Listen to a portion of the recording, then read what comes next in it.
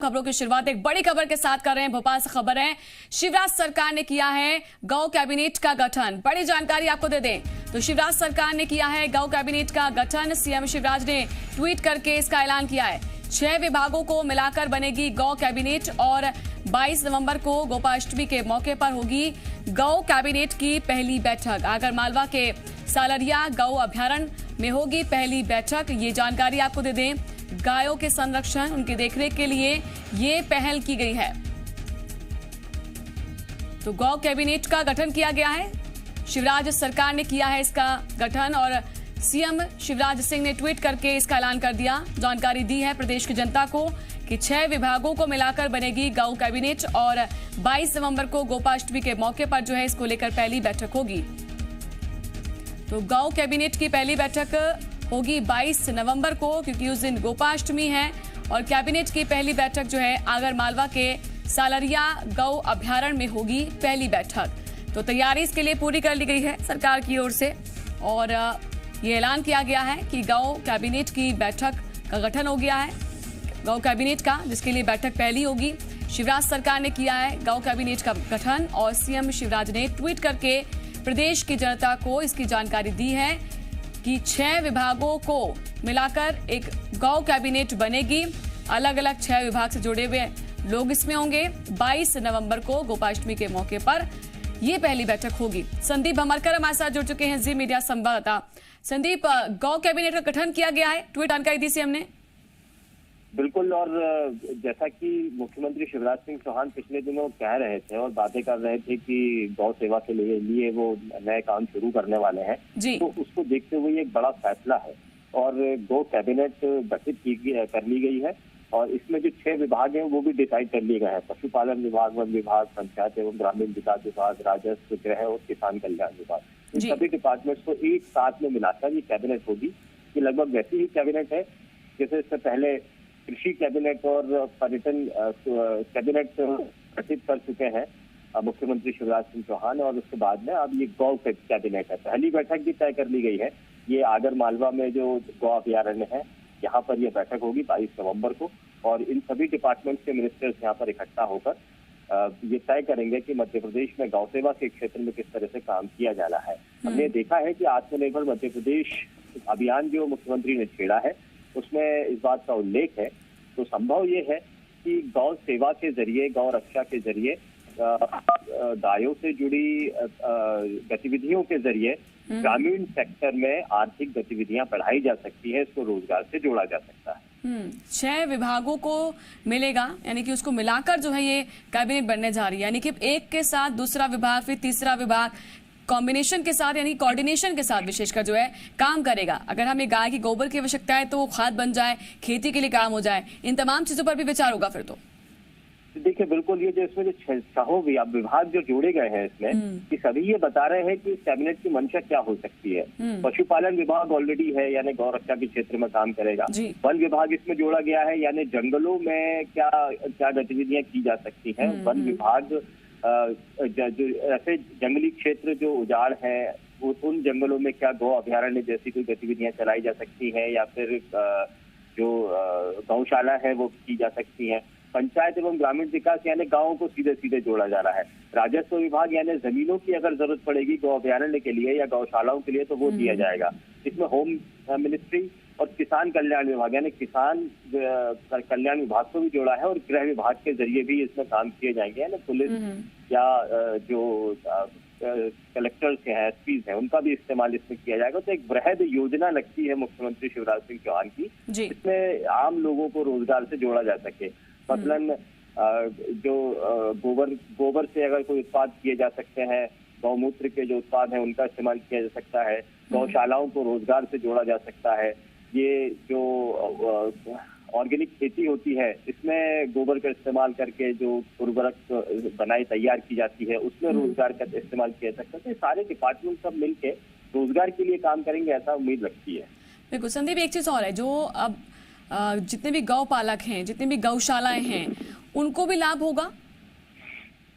देखिए, गौशालाओं को लेकर इससे पहले कमलनाथ सरकार में भी काम हुआ था और जगह जगह हमने देखा है ग्रामीण इलाकों में गौशालाएं बन रही थी, लेकिन वो गौशालाएं अभी शुरू नहीं हो पाई हैं। तो उम्मीद है कि इस प्रोजेक्ट के साथ में जुड़कर ये इन गौशालाओं पर काम किया जा सकेगा। क्योंकि ग्रामीण क्षेत्रों में अभी कई आवारा मवेशी हैं जो गाय है वो दुग्ध उत्पादन नहीं करती है, और उसके बाद में उन गायों को छोड़ दिया जाता है। एक उम्र के बाद में ये गायों से दूध का उत्पादन नहीं होता है, उन गायों को छोड़ दिया जाता है और फिर वो बेवजह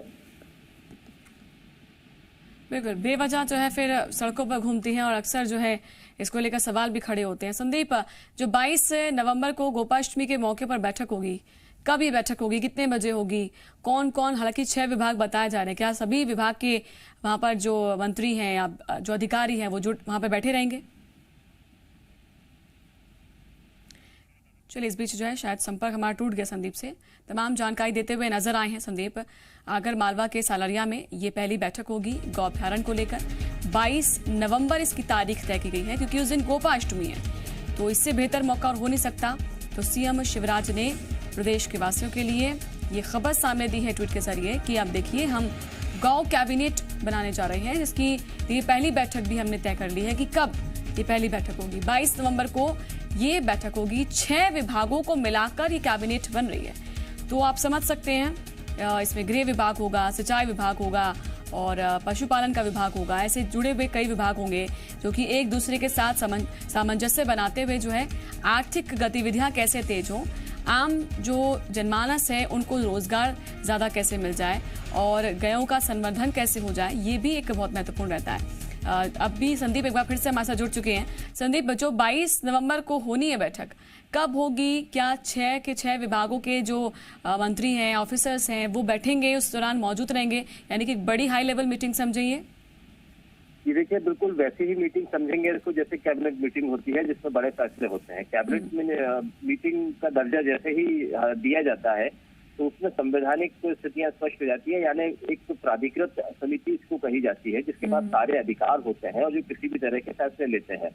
कैबिनेट की या कैबिनेट की सब कमिटी की जब मीटिंग होती है तो उसमें उस डिपार्टमेंट के मिनिस्टर्स, उस डिपार्टमेंट के जिम्मेदार बड़े अधिकारी, मुख्य सचिव और मुख्यमंत्री भी उस मीटिंग में शामिल होते हैं। यानी एक फोकस करके कुछ फैसले लिए जा सकते हैं। और जैसा कि हम पिछले दिनों में कई दफा देख रहे हैं कि मध्य प्रदेश में आवारा मवेशियों की संख्या काफी बड़ी है। दुग्ध उत्पादन नहीं होने के बाद में जो गायें आवारा बनकर ग्रामीण इलाकों में घूमती रहती हैं, कहलाती हैं, उनकी देखभाल करने वाला कोई नहीं होता, वो बीमार पड़ जाती हैं।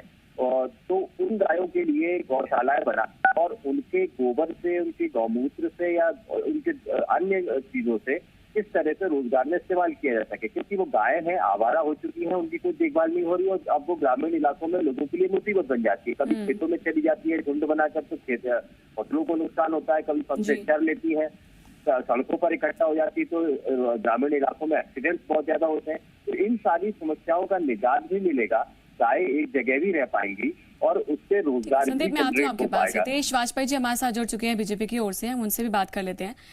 सर, स्वागत है आपका जी मध्य प्रदेश छत्तीसगढ़ में। शिवराज सरकार ने गौ कैबिनेट का गठन कर दिया है सर। अब समझा जाए कि हाई लेवल मीटिंग होगी इसको लेकर, 22 नवंबर की तारीख भी तय कर दी है। तो अब जितनी भी गायें हैं उनका संरक्षण तो होगा, लेकिन इसके साथ साथ जो 6 विभाग जोड़े जा रहे हैं उनके जरिए लाभ पहुंचाने की कोशिश समझे। हाँ बिल्कुल, देखिए ये 6 विभाग वो हैं जो इस प्रकल्प को लेकर स्टेक होल्डर्स रहेंगे। तो स्वाभाविक है कि इनका एक दिशा में काम करना बहुत जरूरी है और एक दूसरे की मदद के साथ काम करना बहुत जरूरी है। इसीलिए इन 6 विभागों को इकट्ठा करके एक जगह लाया गया इस विषय को केंद्रित करते हुए, और एक अच्छा प्रयास है क्योंकि हम बातें बहुत करते हैं लेकिन यदि उन बातों के अकॉर्डिंग इस प्रकार के निर्णय भी होते हैं तो मुझे लगता है कि फिर ये बातें जमीन पर उतरना शुरू होती हैं।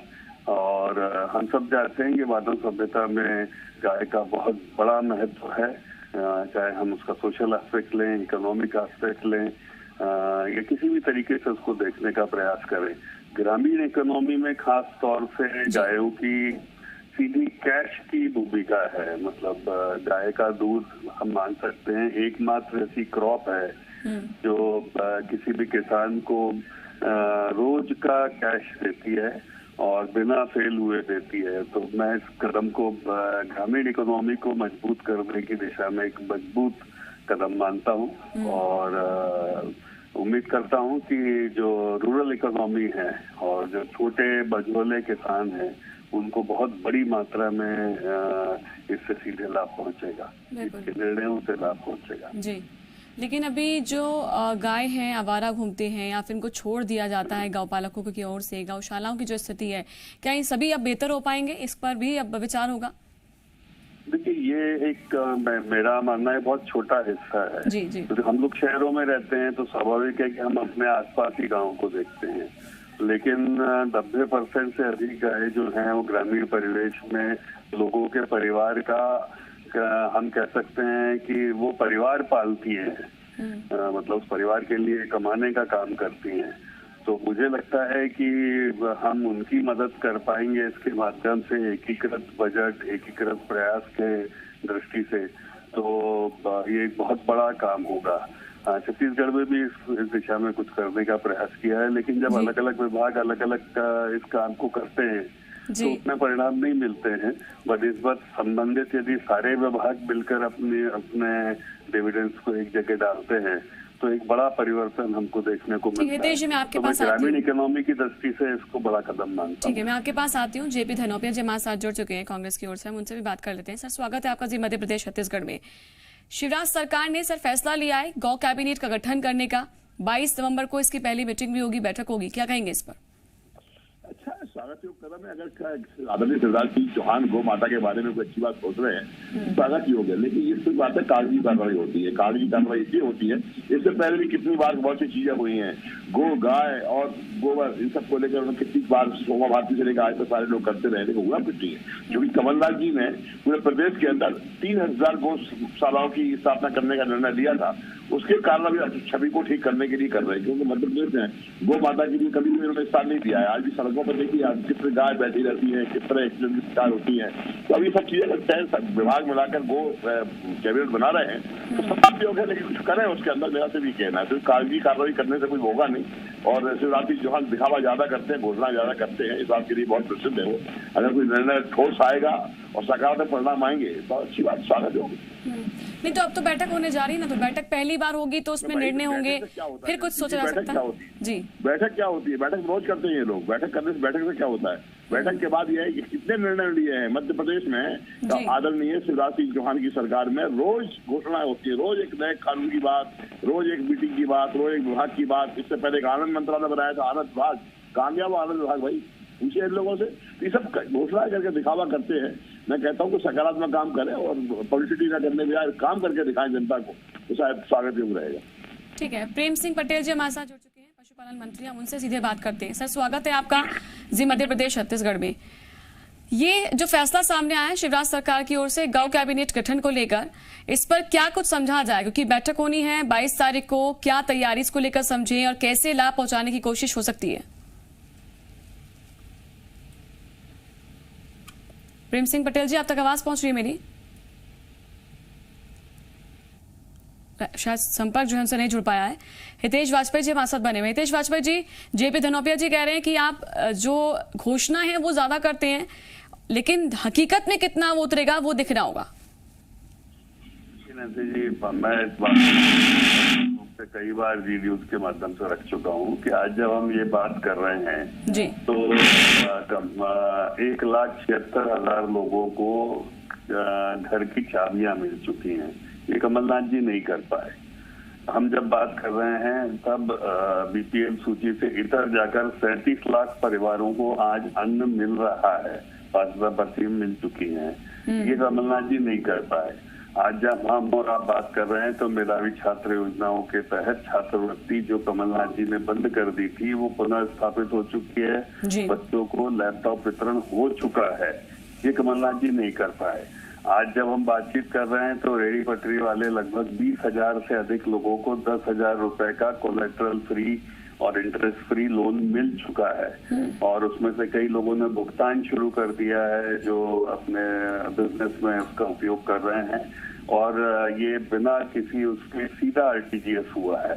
तो आप समझ सकते हैं ये सब काम करने का काम शिवराज सिंह चौहान जी करते हैं। और वहीं दूसरी ओर उन्होंने ठीक कहा, कमलनाथ जी केवल घोषणाएं कर रह गए और इसीलिए जनता ने उन्हें पसंद नहीं किया। आप सोचिए 50,000 और 60,000 मतों से यदि हारते हैं कांग्रेस के प्रत्याशी तो उसका कोई तो कारण होगा।